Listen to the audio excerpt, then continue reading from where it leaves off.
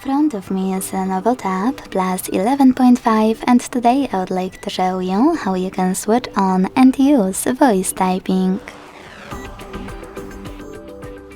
Begin by launching your keyboard and clicking on the microphone icon at the top right corner.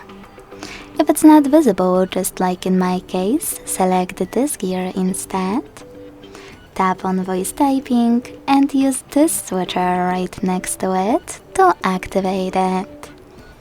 Then go back to your keyboard and click on no visible microphone. Following that, just start typing. As you can see, voice typing is on. If you want to stop, you can always just stop talking, or tap on the same microphone again. Thanks so much for watching. If you enjoyed this video, leave a like, comment and subscribe. Bye!